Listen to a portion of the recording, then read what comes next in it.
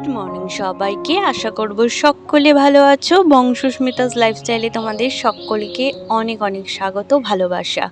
এখন কিন্তু সকাল 6:30 মতো বাজে। এখন ঘুম থেকে উঠেই কালকের কিছু ভিজা জামা কাপড় একসাথে জড়ো করা ছিল, সেগুলোকে নিয়েই বেরিয়েছি এখন মেলবো বলে। সবার আগে এগুলোকে মেলে দিলে এগুলো যদি শুকিয়ে যায় তাহলেই মঙ্গল। আসলে কি বলো তো, অনেক ভেজা জামা কাপড় তো, এগুলো না শুকালেই নয়। এইগুলো যদি না শুকাতে পারি অন্য আরও জামা কাপড় কেচে মেলবোটাই বা কোথায়। সকাল থেকে একটু মেঘলা ওয়েদার আছে বটে, কিন্তু দেখা যাক দিনের শেষ পর্যন্ত কি হয়, বৃষ্টি আদৌ হয় নাকি। ছাদ থেকে চলে আসলাম একদম ঠাকুরের বাসন নিয়ে। এখনও কিন্তু চেঞ্জ করিনি, তো এখন বাসনগুলোকে ভালো করে ধুয়ে নিচ্ছি। কালকে আমি বাসনগুলো মেজেই রেখেছিলাম, কিন্তু আমার হাজব্যান্ড কি করেছে, গোপালকে শোয়াতে এসে এঁঠো থালাটা এর মধ্যে দিয়ে দিয়েছে, আর তার সাথে সাথে অনেক জলও ফেলেছে এর মধ্যে। তাই বাসনগুলোকে খালি জলে আরেকবার ভালো করে ধুয়ে নিলাম। মা কিন্তু ফুল টুল তুলেই রেখেছে। আমি একটু কাজকর্ম করে বাসি কাজকর্ম করব, তারপরে স্নান করে পুজো দিয়ে নেব। যেহেতু আজকে মেয়ের স্কুল পড়া দুটোই আছে, তাই আগে স্নানটা সেরে নেব। স্নান সেরে নিয়ে পুজোর কাজ টাজ করতে বেশ ভালোই লাগে। একবারে পুজো দেওয়া হয়ে গেলেও একটা বড় কাজ হয়ে গেছে মনে হয়, এটাই ভালো লাগে আর কি। একটু ফুল তুলবো, কলটা বন্ধ করে নিয়ে এখানে সন্ধ্যা মালতী ফুলগুলো তুলতে আসলাম। আসলে কি বলো তো, সাদা ফুলের মধ্যে সুন্দর যদি একটু রঙিন ফুল মিশিয়ে দিই না, সিংহাসনটা দেখতে খুব সুন্দর লাগে। আর এই সন্ধ্যা মালতী ফুলগুলো আমার বেশ ভালো লাগে, আমার বেশ পছন্দের একটা ফুল বলতে পারো। তাই সন্ধ্যা মালতী ফুল তুলে নিচ্ছি। আর যেহেতু একটু তুলসী পাতাও তুলতে হবে, এখানেই গাছ আছে, একেবারে তুলসী পাতাও তুলে নেব। কি তাড়াতাড়ি করছি দেখো ফুল তোলার জন্য, সত্যিই আমার ভীষণ তাড়া। সময়ের মধ্যে সব কাজ সেরে নিতে হবে। এখন মেয়ে আবার 9টা 9:30টার মধ্যেই ঘুম থেকে উঠে পড়ে। ফুল টুল তোলা হলে একটু তুলসী পাতা তুলছি, এবারে যাব ঠাকুর ঘরে। এগুলো সব রেখে টেখে গঙ্গা জল টল ছেটাবো, তারপরে আমার আরও কাজ আছে সেগুলো করব। আর বাসি কাজ করব আর জামা কাপড় কাচবো না, সেটা কি হয় বলো? এক গাদা মেলে দিয়ে এসেছি, এক গাদা কেচে এই যে ধুয়ে আবার যাব মেলবো। তারপর আমি যাব স্নানে। এখন মা একটু স্নানে গেছে, যার জন্য আমি আমার হাতের কাজগুলোকে সেরে নিচ্ছি। স্নান করে সারার থেকে এখন কিন্তু সেরে নিলে ভালো হয়। একবারে এই যে ভিজে টিজে যাই তো, একবারে স্নান সেরে নেব। এখনও হাতে সময় আছে, ঘুমিয়ে উঠতে উঠতে প্রায় 9টা বেজে যাবে আর কি। তার আগে প্রায় যে কাজগুলো করে নেব, তাহলে একটু আর কি তাড়াহুড়োটা কম লাগে, নালে না খুব কষ্ট হয় সত্যি কথা। আর দেখো কাঁচা টাচা হয়ে গেছে, চলো এবারে নিয়ে ওপরে যাওয়া যাক। আজকের ওয়েদারটাও মোটামুটি বেশ ভালোই আছে, দেখো তোমরা ওয়েদারটা। বৃষ্টি নেই, কিন্তু একটু তাপ আছে, তো জামা কাপড়গুলো মনে হচ্ছে শুকিয়ে যাবে। দেখা যাক, এখনও তো সেরকম খুব একটা জোর কদমে রোদ ওঠেনি, রোদ উঠলে একটু বাঁচি আর কি। এদিকে চা বসিয়ে গেছিলাম, আমার চাও ফুটে গেছে, নামানোর প্রায় পর্যায়ে। চাটা নামিয়ে নেব, চা খাবো। আর এরপরেও আমার প্রচুর কাজ থাকে। আর এখন হঠাৎ করে যে মেয়ের পড়া বা স্কুল, এগুলোর জন্য তো আমার এখন তাড়াহুড়োটাও অনেকটা বেশি। আবার যখন মেয়ে নার্সারিতে ভর্তি করব ওকে, তখন কিন্তু আরও এক ধরনের রুটিন হয়ে যাবে। এইভাবেই কিন্তু আমাদের জীবন দেখো কিভাবে মানে একের পর এক আমরা অধ্যায় পার করে যাচ্ছি, তাই না?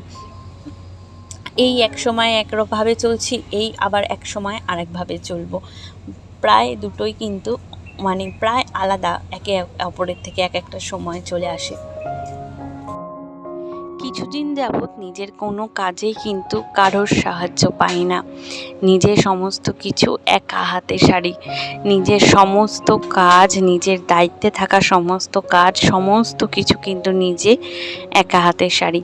তাই খুব কষ্টও হয়, মনটাও খারাপ হয়, কিন্তু কিছু করার নেই। আমি সবসময় মনে করি নিজের কাজ নিজে করে নেওয়াই শ্রেয়। স্নান করে চলে এলাম মায়ের এদিকে। মা দেখছি ভাত বসাচ্ছে, তো মায়ের কাছ থেকে জেনে নিলাম কি কি হবে আজকে। যেহেতু আজকে মঙ্গলবার, নিরামিষ, তাই কি কি রান্না হবে সেটা মায়ের কাছ থেকে একটু শুনে নিলাম। এখন যাব ঠাকুর ঘরে। আমার আবার একটু সময় লাগে ঠাকুর পুজো দিতে, তো যেহেতু পুরো ঠাকুর পুজোটাই দেবো তাই একটু সময় লাগবে।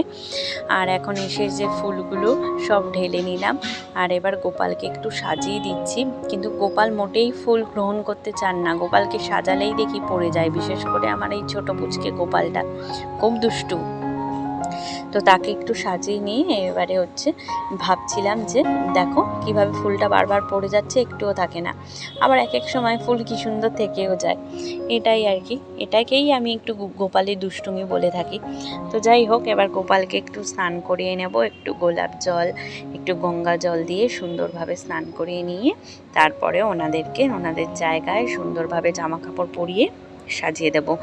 আর মা অনেক ফুল তুলেছে, সুন্দরভাবে একটু সাজাতে সময়ও লাগবে। হাতে সময় আছে, অসুবিধা নেই। ঠাকুরের একটা গান চালাবো, ব্যাস, আর কিছু লাগে নাকি? ঠাকুরের নাম শুনবো আর এদিকে পুজো দেব। দেখো মোটামুটি কমপ্লিট হয়ে গেছে পুজো দেওয়া। আর ওই ধূপকাঠিটাকে প্রদীপের ওখানে রেখেছি, কারণ ধূপকাঠির স্টিকটা এতটাই মোটা যে ওইখানে গেঁথে দিতে পারছি না আর কি। ওটা হচ্ছে মন্দিরে নিয়ে যাব, ওর জন্য ওইখানেই দিয়েছি। আর এখন তো ঘন্টা বাজিয়ে আরতি করতে পারবো না, আমার ছোট্ট বাচ্চাটা ঘুমাচ্ছে। দুপুরে যখন পুজো দেব, গোপালকে দেব, তখন কিন্তু আবার ঘন্টা বাজাবো। এখন মন্দিরে চলে এলাম, তুলসী মঞ্চে। এখন একটু ফুল দেখো, এই সন্ধ্যামালতী ফুলগুলো সাদা ফুলের সাথে দিলে কি সুন্দর ফুটে ওঠে, কত সুন্দর লাগে, তাই না? এই জন্যই আমি নিই। আর এদিকে হচ্ছে একটু জল টল দিয়ে নিই তুলসী তলায়, ভালো করে ধুয়ে দিলাম। এবারে একটু জল মাথায় নিয়ে ঘরে যাব, অনেক কাজ আছে। চা খাবো, তার সাথে মাকে বললাম তুমি যখন ভাত করছো, আর মা আবার সর্ষের পুর দিয়ে একটু চাল কুমড়ো করবে। তো এই রান্নাগুলো তো আমি পারি না, তাই বললাম যে আটাটা আমি তাহলে মেখে দিই। তাই আটাটা মেখে দিচ্ছি। আর একা হাতে সমস্তটা করি, তো একটু কারোর সাহায্যও করে দিই।